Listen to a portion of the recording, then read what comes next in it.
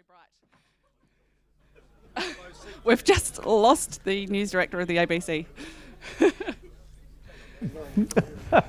Hi everyone, thanks for coming. It's amazing to see that there are still so many of you here tonight given what's going on in Canberra. It's a pretty exciting time. My name's Tori Maguire. I'm from the Sydney Morning Herald and The Age, but tonight I'm here as part of the Online News Association Committee for Australia.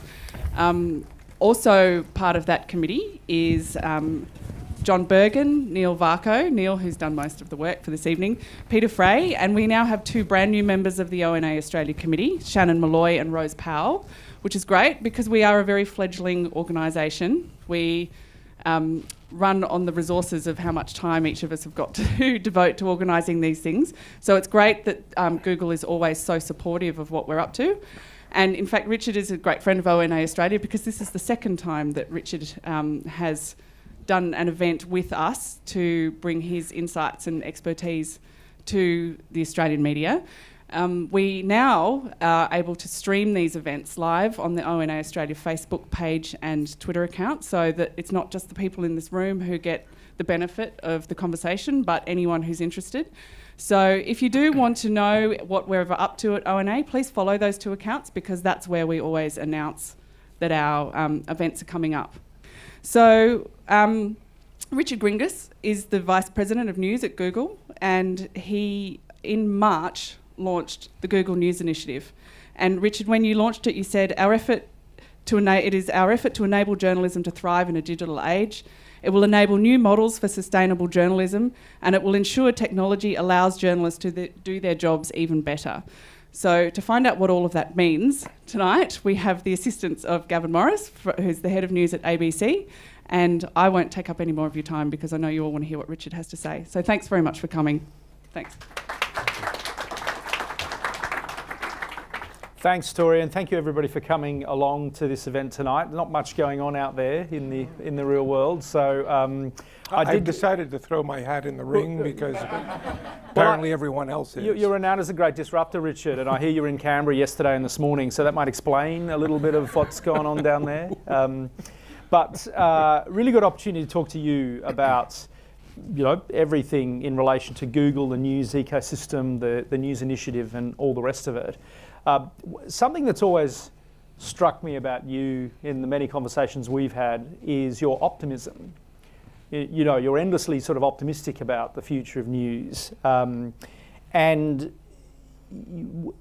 you've also said, though, in some of the things you've publicly said before, that we can't build the future of news on effectively a broken view of the past. No. So putting those two things together, your optimism for the future and your pointed criticism of some of us in the industry taking a broken view of the past, what does a fixed view of the future look like when it comes to journalism? I love, Gavin, how you start out with the easy questions. Well, I mean, let's start with the first. I mean, my rationale for optimism, okay, I think many of you know I've spent pretty much all my career in the media space, most of it as a technologist. I had a mentor early in my career who was sort of the founder of public broadcasting in the United States. And he said to me once, I worked with him very early on, and public broadcasting in the United States was, publicly funded. Didn't have a whole lot of money, but he always tried to be on the edge of technology. And he said to me once, he said, Richard, if you're interested in the future of media, he says, keep a clear focus on technology because it establishes the ground rules and the playing field. And I think that's obviously, that was some 40 years ago. It's rather now, I think, an obviosity. But one of the core aspects of media in terms of its expansiveness, of its opportunity to enable the voices of many, is indeed distribution, is access to distribution. And that has always been a severely limiting factor. Could I participate in the public discourse without going through, in a sense, the gatekeepers of media companies of one type or stripe? So obviously that has changed dramatically. And obviously there's the there's the opportunity for everyone to participate. As I like to say, we put the printing press in everyone's hands. That doesn't mean everything that comes out of it is good, but you actually are giving people the opportunity to participate. So I think that's extraordinary. I think technology is also giving us opportunities to do things journalistically that we couldn't do before. And so when I look at those innately as foundational aspects, I think, yeah, we should be optimistic about this. This gives us the opportunity to do things in many different ways and many more people to participate and innovate. Now, that obviously is a very raw foundational statement.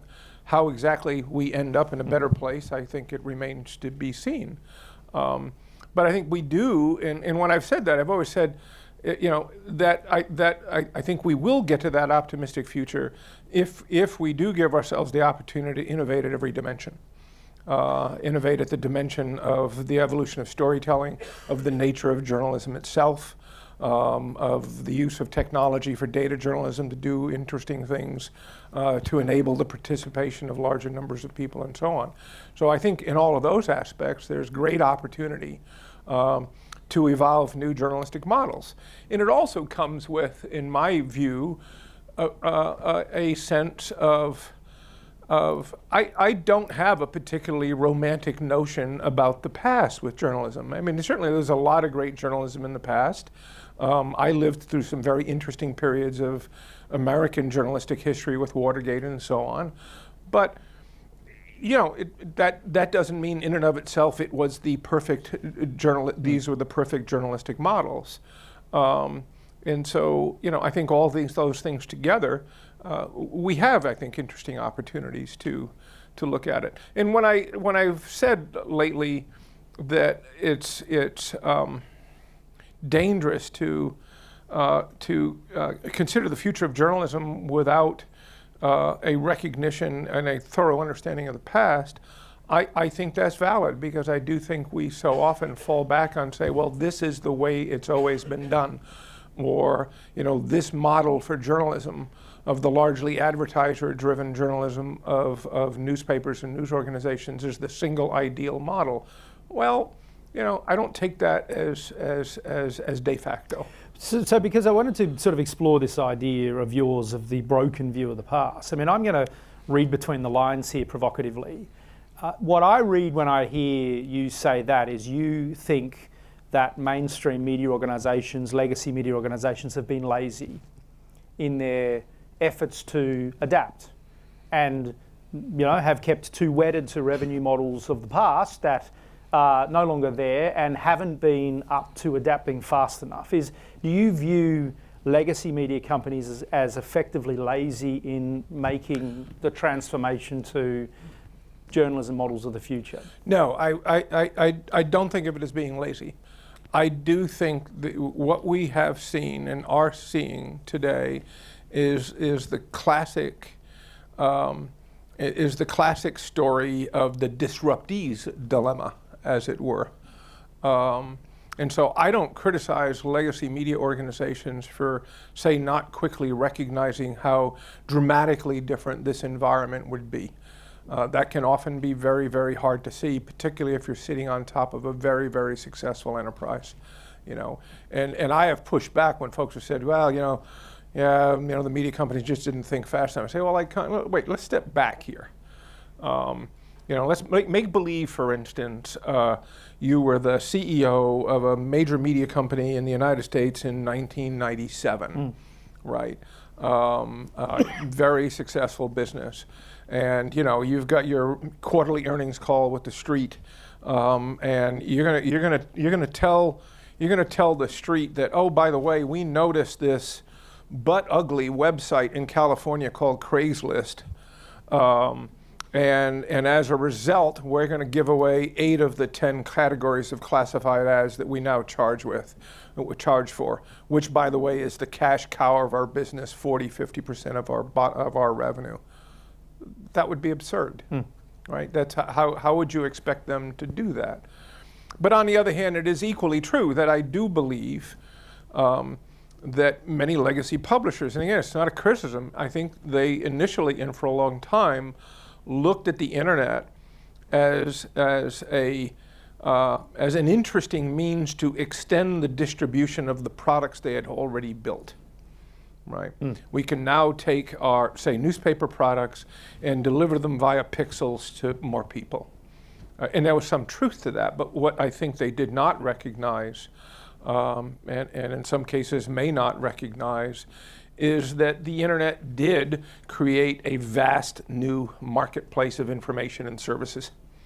And that new marketplace of information and services was going to give consumers a whole lot more choices to do the things that they used to use the newspaper for, right? And I think that's very easy for us to forget. You know, what I've said a number of times recently is, you know, if you think about the newspaper in 1985 in Dallas, Texas, it was basically the internet of its community. It was not interactive, but it was the internet of its community. It offered everything that you know, a citizen of Dallas might need to live their life.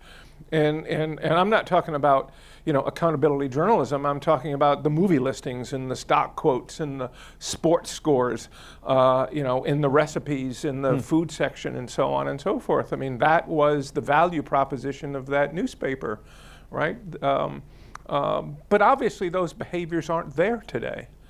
Right, and so even when we look at, when I say that, like, you know, I have been very specific of late saying, because I hear memes like, the disruption of the news business model is the result of the duopoly of Facebook and Google. And I say, look, yes, Google has developed a very successful ads business. Search ads are an extraordinarily powerful and effective means, without question. But don't correlate that as the causation of the demise of the business model. Because if you look back and see what happened to those behaviors, and I actually finally, I'm sorry, I don't mean to ramble here, but I finally got a better way of explaining it when I had to testify before the British Parliament, because, you know, I go through some economic analysis, and I went, no, let's just look at it through human behavior, right? You know, when I turned 16 and had a license to drive a car, my dad did what a lot of dads do. He said, I'm going to buy you a used car. And we went to the classifieds of the local paper. And when I got out of college and moved to Washington, D.C. and looked for a job, I found a job in the classifieds of the Washington Post. And then I found an apartment in the classifieds of the Washington Post. Now, who here today, when faced with any of those tasks, would do it that way anymore? You simply don't. You know, if you're going to buy a used car here, you go to carsales.com, or you go to Craigslist, or you go to AutoScout24 in Europe, and so on and so forth. For all those tasks, the behaviors have changed. And yes, the revenue moved with it, right? It didn't necessarily come to Google. And I don't say that to defend Google. I just say, you know, but if you don't quite recognize what happened to the model in the disaggregation of that model, it's hard to think of how you might want to approach it in the future. I think that's right, but I think it's also potentially simplistic to say, you know, looking at all of those dynamics you've just talked about, you can't blame the duopoly for the distortion of the market. And yet, beneath that, there are real forces at work in relation to Facebook and Google being in small domestic markets with no effective regulation in terms of, you know, quite often not contributing to the tax base of those markets and all the rest of it, and absolutely being able to, through your own ingenuity and enterprise, scoop up the revenue model that used to support journalism. So while it's true to say it's not as simple as the duopoly sounds, it's also, you know, it's also not untrue that the duopoly has had a massive impact in distorting those markets.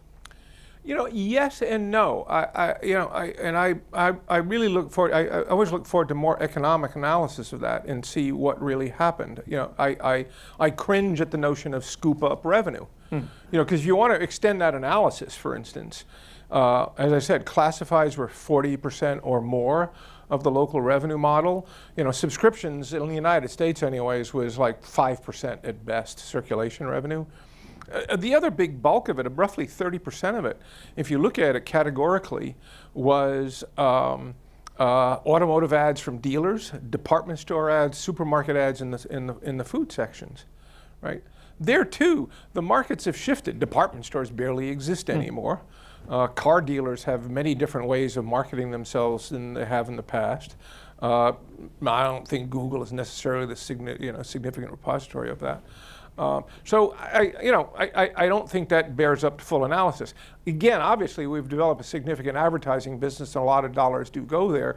But some of that has actually been the expansion of advertising opportunities into areas that weren't supported by media in the past. Right? We have millions and millions of small business advertisers that didn't really have effective advertising vehicles available to them before. So there's been an expansion in certain kinds of advertising that did not exist, and there's been a contraction of advertising that no longer is not considered advertising. Right? Classifieds is not even considered advertising anymore. They're online marketplaces. And interestingly, we were talking the other day, we went through this very quick off-the-cuff analysis. Online marketplaces in Australia, for say jobs, real estate, classified, of sorts, the combined market value of those online marketplaces in Australia is something like $25 billion, right? Which is significantly more, by the way, than the combined value of the publishing interest in Australia. So, interesting shift. Now, you made other issues like taxes. Look, again, that's local law. We obviously will look to follow local law. And if countries evolve tax policies in different ways to deal with multinational corporations, then so be it. But I don't think it's a particularly fair criticism to say, oh, Google should pay more taxes unless we're doing things that are inappropriate by local tax laws. No, but I suppose if you look at, let's say you're a small domestic commercial television operator in Australia, and what you're seeing in the dynamic at the moment is you're having your audience taken by a big multinational kind of digitally based kind of non-linear service, let's call it Netflix, and you've got your revenue being taken from the other end to some extent, whether it's a direct extrapolation or not, but you are seeing some of your revenue bleeding away to Facebook and Google and other big multinational players in the market. Now, you're still subject to laws and taxes and regulation and license fees and all of those other things. I'm not necessarily criticising the business strategy around that. I suppose what I bring that all back to is, how do you expect in any of those domestic markets for those type of companies to effectively fund journalism when those dynamics are taking place? I think that's a fair question, and I think it. I think that remains to be seen. But there too, and look, when disruptions happen, it's often the case that the embedded players are not necessarily the most successful players in the next generation of activity, right? For all kinds of reasons. That either it's because, as I said, they necessarily may not have had the vision to see how they take their business forward, or that it's a completely different business. I think it is a particular challenge for legacy media companies. When I look at it in the United States, for instance, when I look at newspaper chains in the United States, I think that they've got a real challenge on their hands.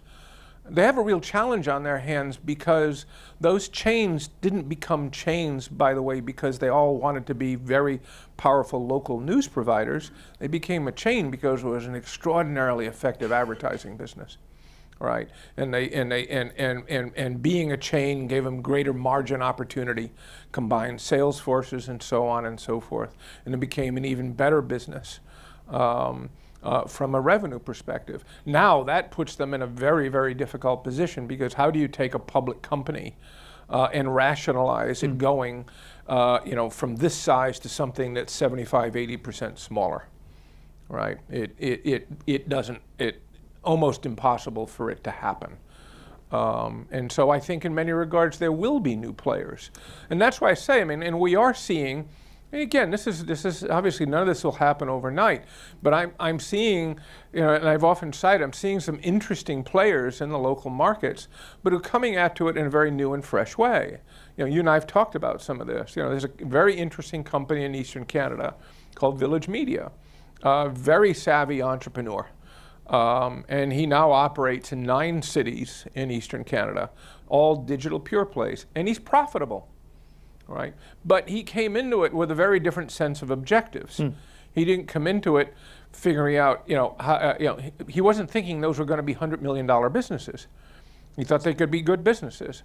And he comes in and he has the opportunity of one of the reasons I say optimistic of the past, not only access to distribution, but the lower cost of participation and entry. So let's come back to that in a second, because I do think there's some interesting, optimistic things to look at there.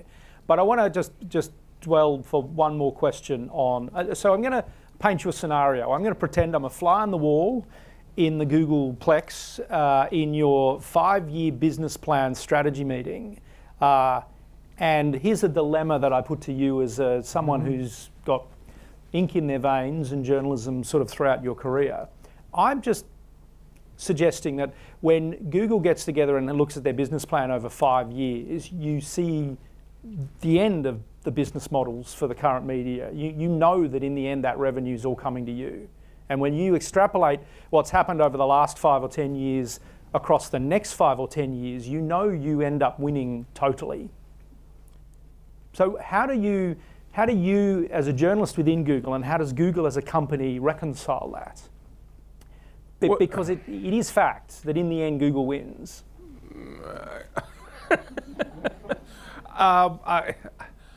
I'm not sure how I can immediately accept that assumption.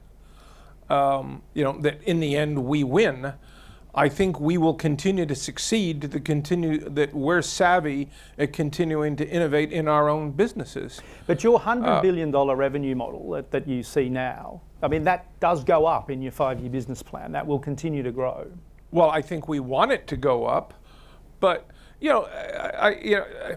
of late, one of the things I've mentioned is Larry, when he was CEO, he always kept saying, like, don't think about your competition. Think about where we want to be 10 years. Think about how things will evolve. Be careful about thinking in the present, because things can change. Nothing is forever, right? And look, our core business is so much based on search, right?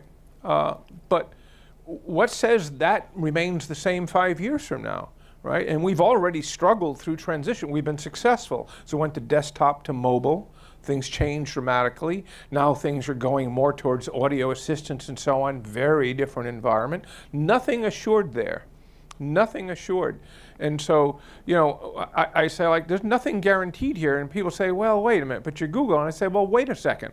I can remember back in 1996, 97, I was head of a search engine called Excite, which was the #2 search engine in the United States to Yahoo, which was king of the world. Right? And we were like, how do we knock Yahoo off its perch? That was all our thought process. How do we knock Yahoo off its perch?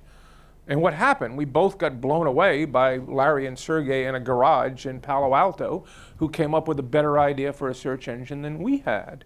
There's no lock-in with search engines, right? You can move to another in a day. So there's no guarantee that these things will evolve that way at all. So back to Village Media, back to what Jeff Elgey's doing in Canada and other green shoots of as you've called them, in terms of things that you're seeing emerging. These things are on obviously a very small scale. Do you think you can anticipate or see a way where they grow into something that is not necessarily the scale of mainstream media companies now, but a scale that supports original, investigative, meaningful journalism, at a level that really starts to touch people's lives? I think so, and we see it in again, you look at the Texas Tribune in Austin is doing a lot of interesting stuff in that regard. So yeah, I do see it that way. Now, I purposely focus on the very local entities. Yeah.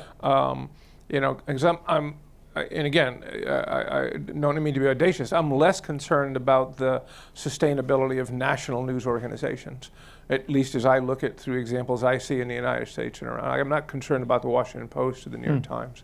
I'm not concerned about the Australian. But there's always the question of what happens in local communities. And so I do look at those models and say yes. But here too, and this is why I get optimistic about it, these are people who are looking at the news business in a very significantly different way. And I think in ways that are really quite powerful. They are engaging with their communities in different ways. I think the very notion of, say, subscription or membership-driven models is a healthy thing, right? It causes you to think differently about your audience. How do you engage with them? You know, as I've mentioned, there's an interesting outfit in Bristol, England called the Bristol Cable. You know, they have community organizers on staff. They do town halls. They're constantly reaching out to the community. How do they understand what the community's interested in? How do they engage the community in their coverage of what they're doing? You know, how do they build those ties? They use membership models. It's not a paywall. They're saying, how do we convince people, in a sense, pay it forward because they believe in our mission? I think that's a powerful thing. And given the comparatively small scale of operating costs, I think that's not an unreasonable thing to see happen and be successful. And that's why I say, and that's why when I look at that and see those seedlings, I get optimistic. And one of the things that we're looking to do, for instance, with the Google News Initiative, one of my objectives there is, can we identify and nurture some of these local models to make it easier for others to follow? Because I do think we are in this period where it's not necessarily clear what the right model is. And we see, you know, in many cases, we know that these sort of very passionate local efforts, you know, 5 reporters leave a local newspaper, say we're going to start our own thing, but they don't have a clue as to how to make the model work. Right. Right? And so I think to the extent that we can evolve replicable models, and I don't mean we as in Google, but we as an ecosystem, it'll be easier for others to mimic those and go forward. So I've got an idea for you here. Just going to float this as a balloon. You can take it if you like. I won't, you know, take proprietary ownership of it. But you talk in the Google News Initiative about your, you know, plan to elevate and strengthen quality journalism, which is, you know, I think kind of the main point number one, really, of the news initiative. So why doesn't that directly go to the share of AdSense that's applied? Like, why is there not? It seems a very blunt tool that's applied in terms of the revenue share model through, you know, journalism being distributed on Google. So why wouldn't there be a model where you are saying, look, if you are very local, if you are absolutely serving your community, if you're doing quality stuff, if you're not out there spreading fake news, if you're not spreading misinformation, or, you know, if you're essentially really contributing something to the journalism ecosystem, we turn that up and we give you a greater share of the revenue. Why wouldn't that be something Google could easily do? Well, in a sense, some of that exists today. You know, as you know, we make our advertising business is 2 big components to it. One is search ads. Right? Yeah, a phenomenally effective business. Guess what? If I'm looking for a refrigerator and I go to Google and want to understand what the refrigerator is like, there are ads. You understand their intent, you match it with the ads. Beautiful. The other side is the display ads business, which is basically tech stacks that publishers use. You know, there are 2 million plus organizations around the world who use that ad stack. And the rev shares on that are 70% plus to those participants. You know, which is extraordinary. And when I go back to my days as a publisher, when that stuff didn't exist, you know, I would have loved to have been able to actually had an opportunity to sell ads at scale without having my own sales force. But you know what I'm saying? Why not have more nuance in that model, where you say, if you're a purveyor of rubbish content, your share goes down substantially, and if you're a publisher or a creator of brilliant content, we turn that right up. And then you are effectively directly supporting quality journalism, quality content, quality information. The one area of that makes me very nervous is that determination of quality content, right? I'm always very, very cautious of having... But Richard, you've got algorithms for that. You've got lots of algorithms. An algorithm can tell you anything about anything. So, you know, have 100 different measures of it's very local, it's very trusted. You know, I mean, you can put together a series of things within an algorithm that can help you. Maybe. I mean, my experience tells me it's not quite as easy as that.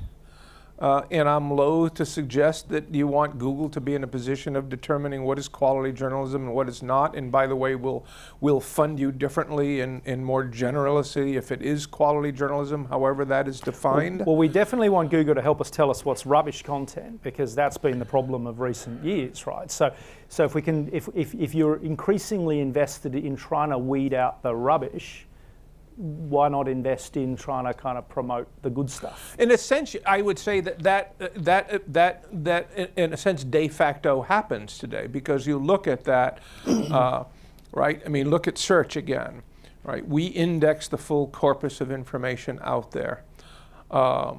And we obviously make great efforts with the algorithms to rank things accordingly, such that the more qualitative, authoritative information is at the top, right? Without getting into some narrow definition of what quality journalism is or is not. So the algorithm already does that for us. So the algorithm, in a sense, already does that, and it rewards it with traffic. Right, and as you know, we send billions and billions of visits. We haven't done the calculation in almost a decade now, but it's, the number we toss out is 10 billion, but I'm sure it's significantly more than that in terms of visits to news sites each month. And third-party calculations have said that those visits are worth anywhere from 3 to 5 cents a visit. Right, so there is value, there is literal economic value that does get attached with, in a sense, the authoritativeness of search ranking. But you could, and again, I'll move on. This is the last point on this, my belligerence on this point. But it wouldn't take you turning that dial much to put a whole bunch of resource back into the journalism ecosystem based on really good judgment calls that are algorithmically led, sure, but take Village Media in Canada. If you said to Village Media, we like what you're doing, not literally like what you're doing with you, but the algorithm likes what you're doing, because we can see all the reasons why that's helping in the journalism ecosystem, you get 73 cents, not 68 cents, for ad sales around that. Wouldn't necessarily cost the revenue base of $100 million much, but it might make a huge difference to small journalism operators trying to kind of make a go at this new marketplace. Yeah, I mean, I think that in many regards that is what's happening today. But we also approach it in other ways. Through the division of the traffic. But there too, let's be clear. One of our objectives with GNI, and it's not, in part of this, a lot of what we're doing with GNI has been based on collaborative discussions and efforts with the industry. Everything we've just discussed here is based on the notion that advertising is the underpinnings of all things publishing, which I think is clear is not necessarily the case, particularly in areas of quality journalism where, look, the audiences aren't necessarily as large, right? I mean, as you know, it's not, people didn't, the millions and millions of readers of newspapers, how many of the people read the city council coverage? Right, not as many as people who read the entertainment sections and the movie reviews, right? And of course, one of the challenges as the market has indeed been disaggregated is that news coverage is in effect standing on its own, which is why there's a greater shift towards subscriptions and memberships and so on. And so there too, we did step up and say, well, here, can we bring tools to that? With Subscribe with Google, for instance, which is just that effort. Can we, and it's not like the New York Times. The New York Times doesn't need our technology to figure out how to sell subscriptions, but we do know that there are a lot of folks who don't necessarily have very good purchase flows. Not to mention the fact that, we have many hundreds of millions of accounts where we have their email addresses, we have a credit card on file, and that can help facilitate a very easy purchase of a subscription. And we didn't develop that as a business where basically only we're extracting is basically enough to cover the transaction costs.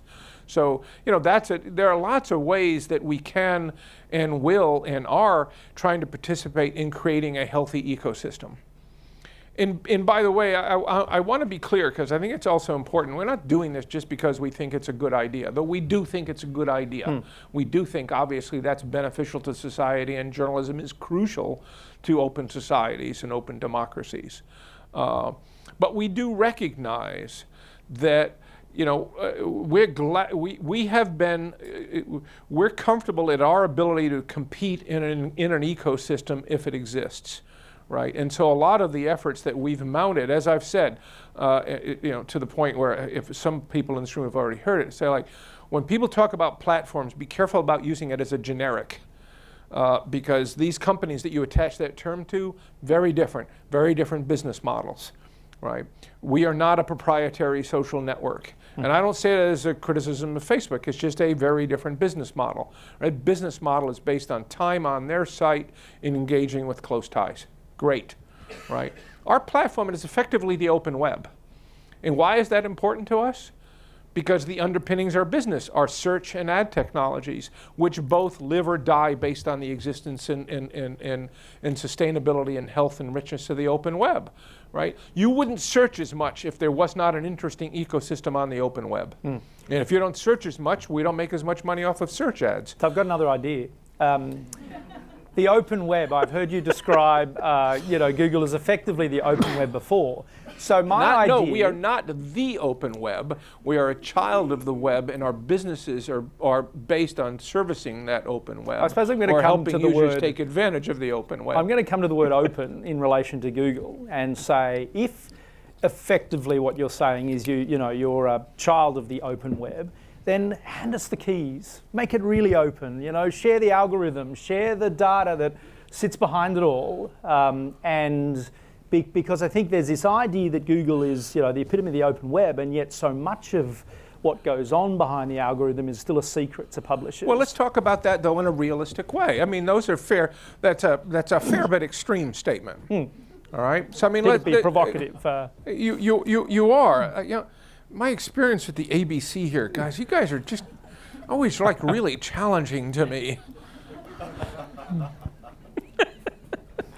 What were we talking about? Oh, the algorithm. Transparency I like what of the you algorithm. did there, yeah. I forgot what I was saying, Richard. Carry on. Look, I do think it's important for us to be transparent about the nature of the principles and methods we use to do algorithmic work, right?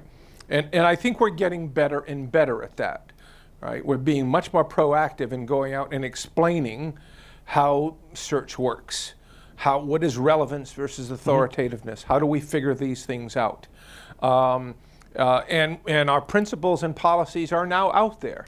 As I've been telling folks, and I don't think we talk about this enough, right? There is a 160-page public document out there that is the core policy document that guides our approaches to authoritativeness, out there for everyone to see, including special sections on the particularly important areas of health, finance, and current events, right? It's there, important to see. As I also point out, particularly with regard to Google search, is we show our work every day. The results of that algorithm in terms of search results are there for everyone to see. And people do analyze that and criticize us, and often with machines. That's important. That's accountability, right? So when people talk about transparency with regard to the algorithm, I say absolutely. And by the way, there are algorithms everywhere in our world today. They're guiding what insurance rates are given to you for your car, what health procedure is given to you when you go to the hospital. And so when we talk about algorithmic transparency and principles, I think we should actually look at this way beyond what we're talking about in the environment of the internet and Google search. But I think we're actually pretty far advanced in that regard. But be transparent about your principles, be transparent about your methods, and provide means of accountability by third parties. And I think we do that with search. Does that go as far as saying, here's the algorithm? No, and for very good reason. One being security, right? Since the day we started, people are looking to game the algorithm. It happens every day. So it's obviously not going to be of benefit for us to literally share the algorithm, particularly at a time when people are also saying, Google, deal with fake news. Right? And why is this stuff happening with fake news? Because people figure out the algorithms. Right? I mean, PageRank was very much core to authoritativeness. People figured it out. They created bots of link farm endorsements of their content. So but there are approaches to that. Now, you mentioned a second thing. I don't want to not answer your questions. Algorithmic transparency. And the other one was and just a greater data share. That is sort of dealing people in. And there too, I think it's a good point. But it's not about to us. In fact, it's not about sharing the data. It's about, can we apply the data to the benefit of others? Because sharing of data gets into this.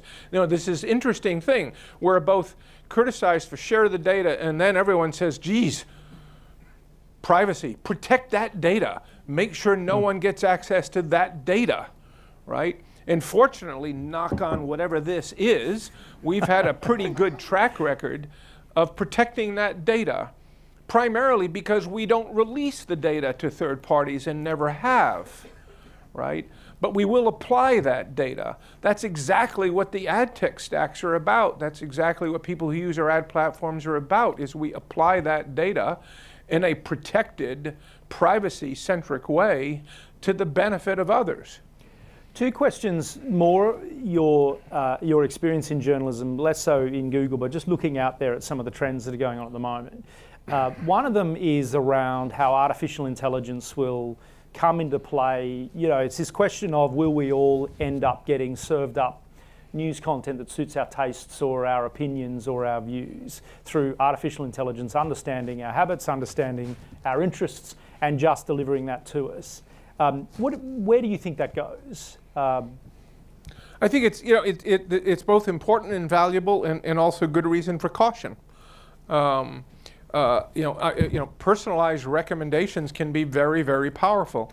I appreciate it when, you know, I as a woodworker, when I think I hit my mic, as a woodworker, when Google recommends me an article about some new woodworking tool, I think that's fabulous. But here too, and there are obviously personalized recommendation systems all over the place, and not inappropriately. I don't know a publisher who isn't now looking to tune their experiences with personalized recommendations. I think that's good. But as we know, there's also the danger of creating silos of thought. Right. And so here too, I actually think, and I talk about this within Google as well, I think there should be good guiding principles to how one does that. Right? And to me, with regard to personalized recommendations, there are three core principles. Right? First of all, I think it's fair to tell the person when something is personalized. Right? We put out a new Google News recently, and there are two feeds. There's the For You feed and the headline feed, right? Which I felt very strongly about doing. Like, here's the personalized feed, here's the unpersonalized feed. Important for you to know that. But to the extent we can, it's important to let people know if something is personalized. Right? I think that's true. That's important across the landscape. I think that's important with advertising. I think that's important with political advertising, because you've got politicians saying one thing to one segment of the audience and something completely different to the other segment of the audience, and it's really hard for people to know. Yeah. So, let me know if it is personalized. To the extent reasonable, let me know why it's personalized. Is this because I searched for something? Is it just because somehow you've concluded that I'm of this bent or that bent? Right. And give me some ability to control it.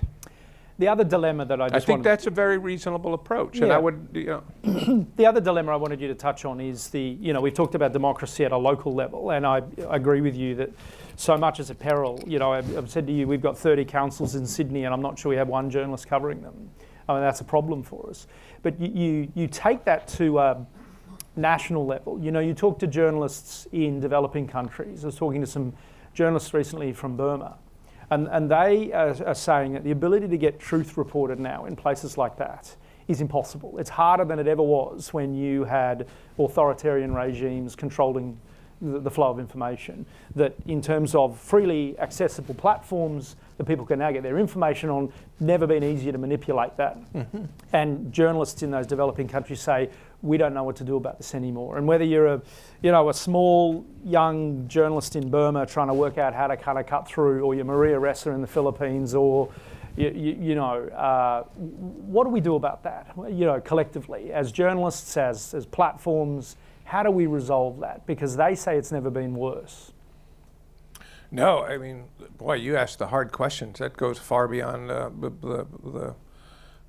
my purviews. Though I am deep. You mentioned Maria Ressa, who I think is an amazing person and a true hero. We are in this interesting period of politics in the world where we are seeing more populism, more totalitarian governments and so on, which is a real challenge, the demise of open societies and democracies. In a way, I think, again, it's a it's a very positive thing, that in the sense that we have the internet as a means of communication and access. But of course, in those regimes, they can also be very easy. They will make many efforts to control those efforts. I don't have a particular solution for that, unfortunately. No. So the Google News initiative, in terms of the investments that you're making, in the chips that you're placing on the table to try and improve things. I mean, when you look across, I think the 4 different initiatives that you're sort of rolling out, I mean, where do you see the most potential in terms of things that will really make a difference? But wait, before we get to that, just going back, it's like, as I said, sometimes it's important to kind of look back at history to understand where we go forward. The media architectures have gone through very interesting transitions over time. I look at the modern newspaper era, for instance, as a really interesting example, because sometimes when we look at it and say, like, oh, that newspaper model was that ideal model, but it too is actually a fairly short period of time, right? If you go back 75 years or so ago, you had, many cities had many newspapers. New York had 3 dozen newspapers or so on. But media architectures changed. Television came into play. Television was a huge disruptor of media markets.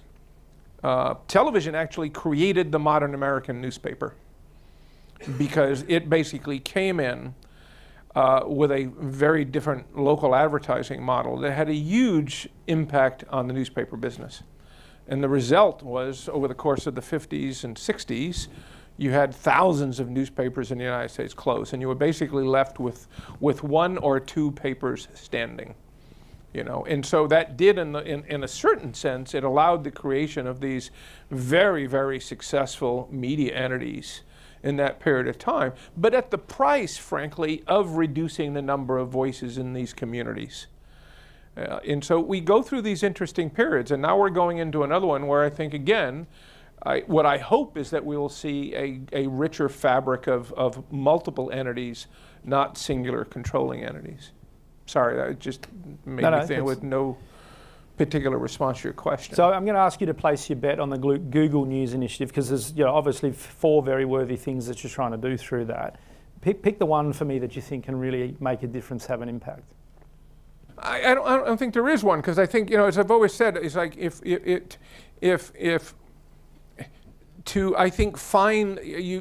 talked initially about my optimistic about, but what I've always said is my optimism is based on these core capabilities, but it's also based on, to me, the need to rethink every dimension of the model, which says it's not about a singular thing, right? That we need to rethink storytelling models.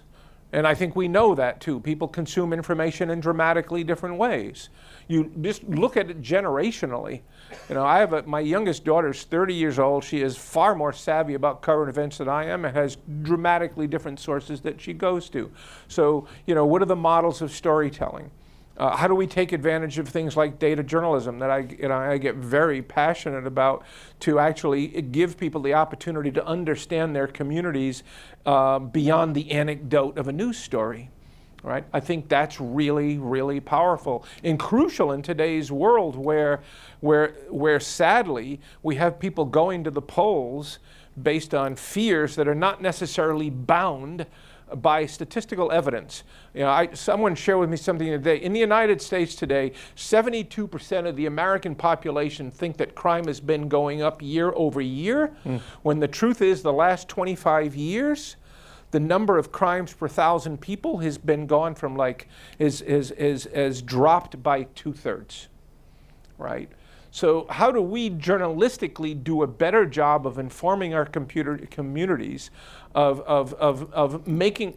giving them the tools and information they need to be good citizens, right? I think we need to think of those dimensions as well. How do we innovate at the business model level? How do we innovate in terms of what's the relationship between the audience and the purveyor of the journalism itself?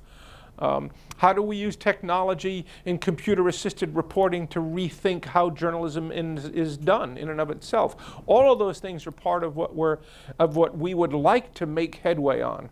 And I don't want to. I want to be very careful here, because these are objectives we've set to try to make inroads on. I'm not suggesting that somehow with G&I after 3 years it's all going to be solved. Right. But can we make headway there? Can we help stimulate innovation in the space? Can we apply technology to different ways to help in these various instances? And some of it gets into very mundane stuff, like one area, to be specific, back to subscriptions. When we announced Subscribe with Google, I was very careful. I did 1 million press interviews, and I was always careful to say, because I felt too, people saying, oh, Google comes out with subscriptions, and so that's going to be the magical solution to the news business model. I say, well, wait a second here. Wait a second. These are just tools. It can help make a purchase happen a little bit more easily. But it doesn't change marketplace principles. People will pay for what they value. And my big concern, and this is proving out in some cases, is which media properties have a value proposition that people will pay for. One of the things I've found is that there is very, very little market research done by many of these media entities. Many of them because they're small, they don't have the facility, they don't have the capabilities to do that. One of the things I've been looking at is, can we come up with, this is just like brainstorming out loud here, because I have nothing to announce, is, might we come up with some templated tools to make it easier for media organizations to do research about their markets? Right. Because I have, the last year or so, just about every time I meet with a publisher, I say, what kind of research are you doing about your market? And often what I get back and says, oh, well, we study our usage data. And I say, well, wait, usage data is not market research. That's just telling you what people click on. It's not telling you what people value. And by the way, it's telling you nothing about the people who don't come to your site in the first place. So, are you, and so unfortunately, what I too often am seeing today is someone going to market with a subscription offering that's based on the same product composition that was what they offered 40 years ago, and the same value proposition that they offered 40 years ago, which isn't relevant in today's market. Now, I'm going to assume, as much as I could drill you all night here, that people have a place to be, and we're probably pretty much out of time. I do want to just, and by the way, can anyone tell me, do we have a government at the moment? That would be good information for me to have right now, because I've been a bit out of the loop this last... Right, okay, good. So I wanted to end on, I suppose, something slightly reflective, Richard, because, the interactions I've had with you over the last few years, you can sometimes weigh your conscience about some of these things, from meeting to meeting or conversation to conversation. And you can, some of this stuff weighs very heavily on you, I can tell, in terms of, how to win the war inside Google sometimes to ensure that the journalism mission and the ecosystem is healthy. I suppose what we'd all like some reassurance on is how do you deal with that, as a journalist at heart inside a technology company, when I assume you are, stacked against a lot of technologists and salespeople who don't love what we do like you do. And in the end, can you win inside Google on some of these questions? Yeah, it's a very good question, and it's been a very, very interesting experience inside Google. And I think, I think often the challenge is just, all of us, there is no intrinsic understanding of the media business by engineers, no more than there's an intrinsic understanding of crafting of algorithms by reporters. Right? We don't. And that's certainly been the case inside Google.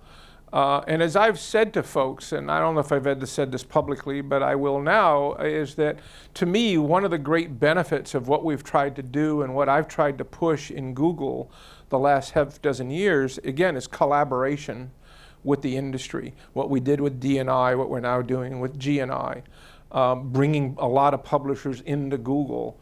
And what I've often felt and realized and said to others, that to me the greatest value of that was to help executives and engineers and people at Google understand the media business, understand the challenges, and thus be in a better position to think about how we could better play our role.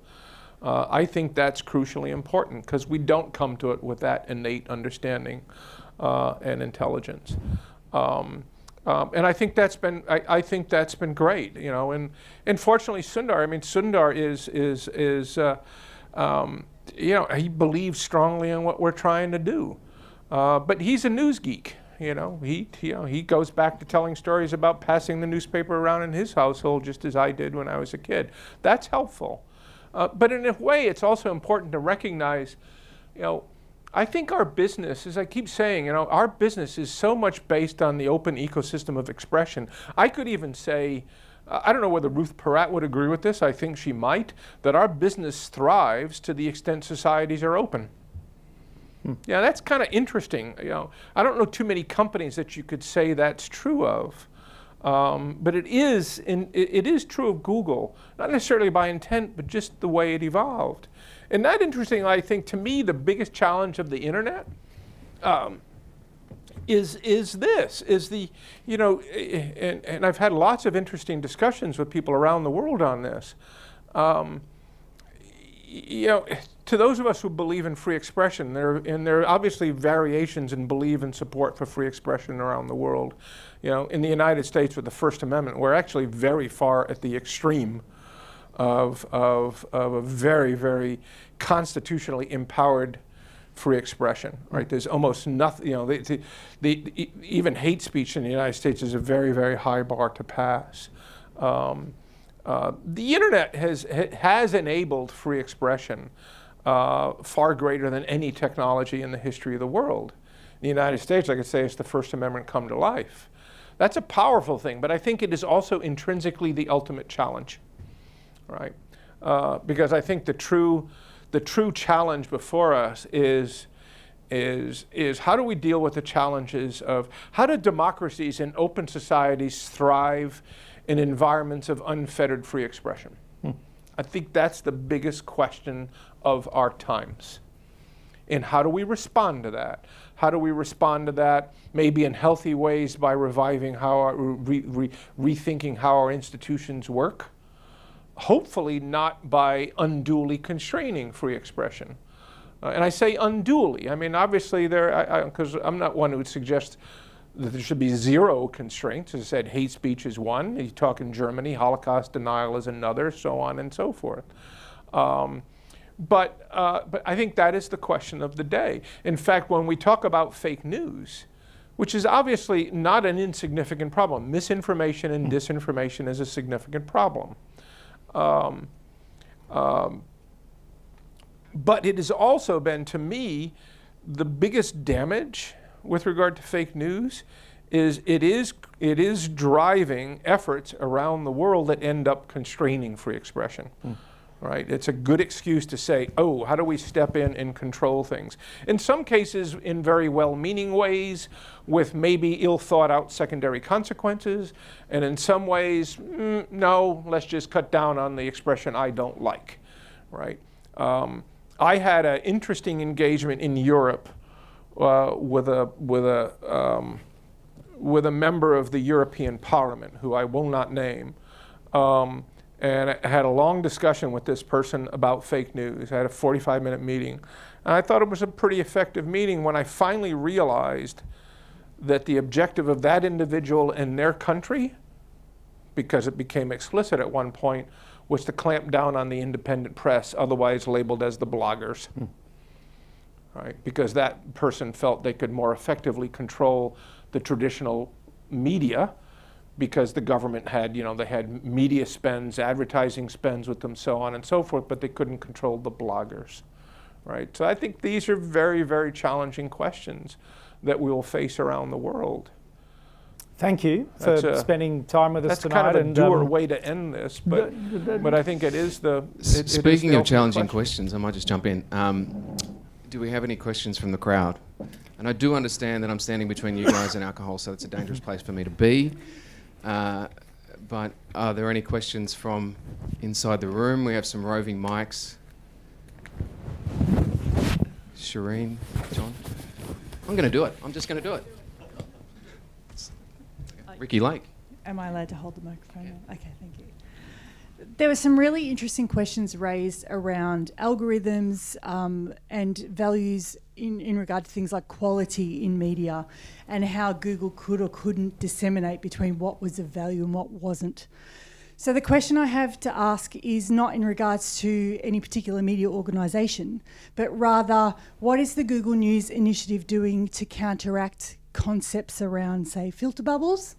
And in regard to the consumption of news, how do you help people get outside their own filter bubble in order to obtain new information that could be of importance to them in the future? Yeah, that's a great question. I don't know how specifically relevant it is to the Google News initiative. That has always been a pretty strong principle behind what we've done in Google News, and I think to an extent what we do in Google Search. Philosophically, I've always felt that what our job is in both of those arenas is how do we give our users the tools and information they need to evolve their own critical thinking about a subject via providing them not the answer, again, the tools and information, with a diverse set of sources and expression about that subject. And do that, of course, in an assiduously apolitical way. That's the way I look at it from our perspective. And I think if we do that, we can help make inroads. And interestingly, with Google News, as I've looked at the research, it's quite effective in that regard. Because we expose people to many more different sources of expression and news coverage than they might have seen before. I think that's how we should approach it. And how we do that with the world at large is an interesting, different challenge. I do think that there are so many things to think about there. Media literacy, I think, is an extraordinarily important area. And to me, in fact, in that regard, we think about that too, because often we think of media literacy as like, what do we do in the schools? And I go, really? That's really not the only source of challenge.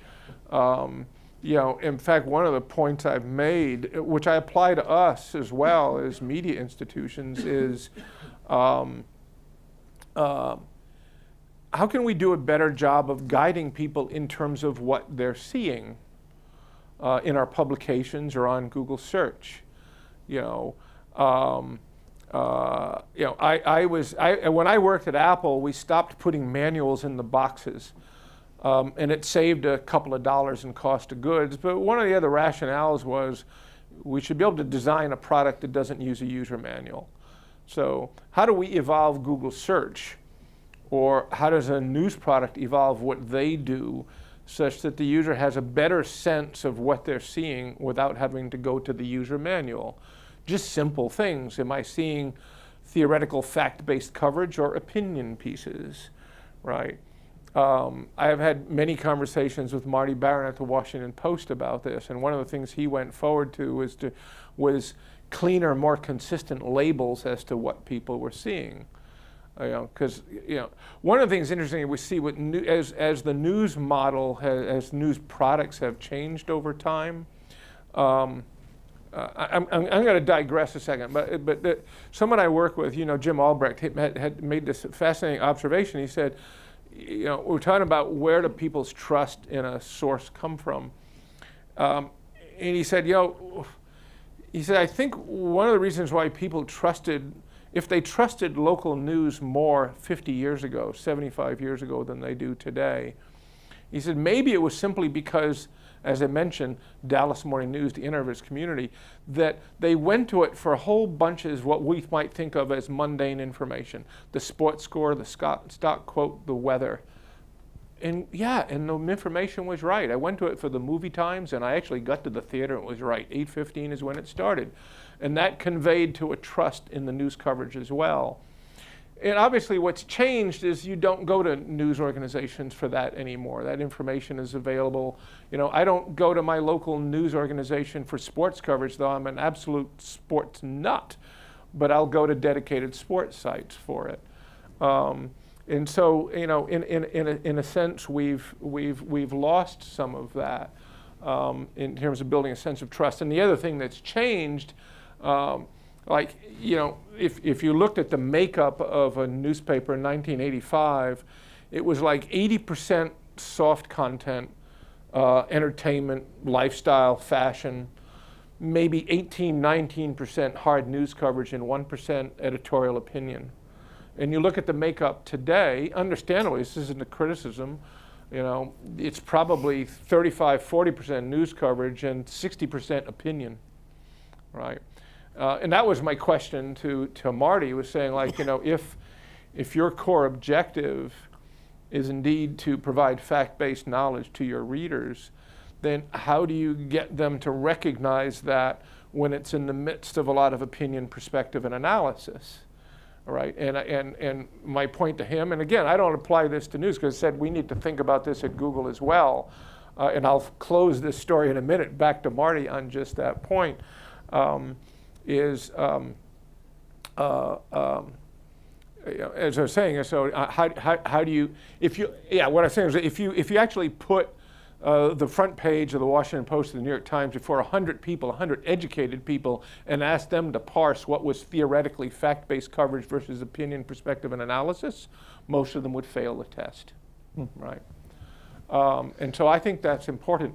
And interestingly, of late, he said to me, you know, whenever he sees us, because we try with Google News to appropriately categorize opinion versus not, but we don't always get it right. The machines are often kind of guessing. And when there's a news story where the lead piece on Google News for that story cluster is an opinion piece, I get a note from Marty saying, "What the fuck?" Right? And you know, and he's right. And you know, we need to do a better job of that. Not that it's so binary. I mean, that's the other thing. Obviously, these things aren't so binary. You say, oh, there's fact-based coverage and it's an opinion, but I think we can actually, you know, do a better job of that. Voice of God here. I think we've got time for one more question. And don't want to put words in your mouth, but I really hope it is Sorry about Richard's... Sorry for the length of my answers. I ramble. I love it. Really hope it's about Richard's woodworking hobby, but you ask your own question. Actually, I'm standing up so you can see me. It's Megan Brownlow from PwC. I want to take you back to the 3 principles you were referring to about personalised recommendations, because the filter bubble question is so significant. What have you learnt when you've responded to the personalised recommendation issue, when you've offered people headline feed and you've been transparent about headline feed versus this is a personalised recommendation? What have people chosen? Well,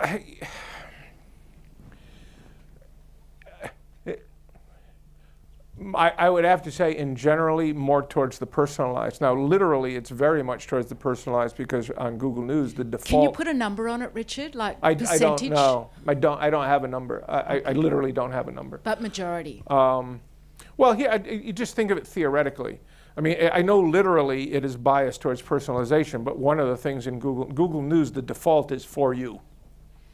And, you know, and you have to click on the other button to get to headlines. And so that automatically is going to create a bias towards the personalization. But if you go beyond that, I mean, personalization is powerful because it is indeed responding to some of my needs and interests, right? And so, yeah, no question it's powerful. It may even be responding to some of my more basic instincts. You know, cat videos versus international news coverage. So I'm not fully surprised by that.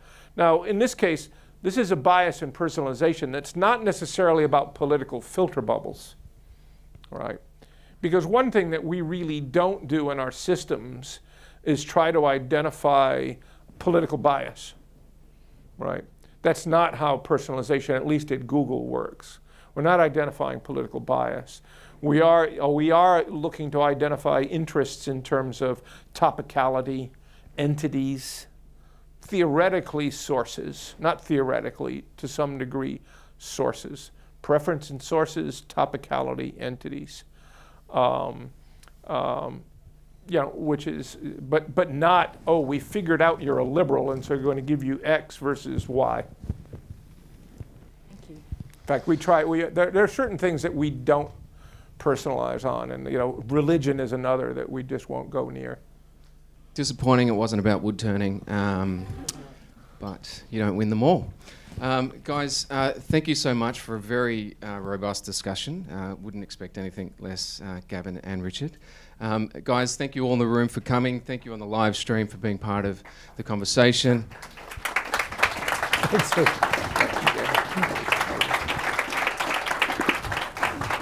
And also just a thanks to Google, I think, for being part of what is an often difficult discussion. So thanks for that as well.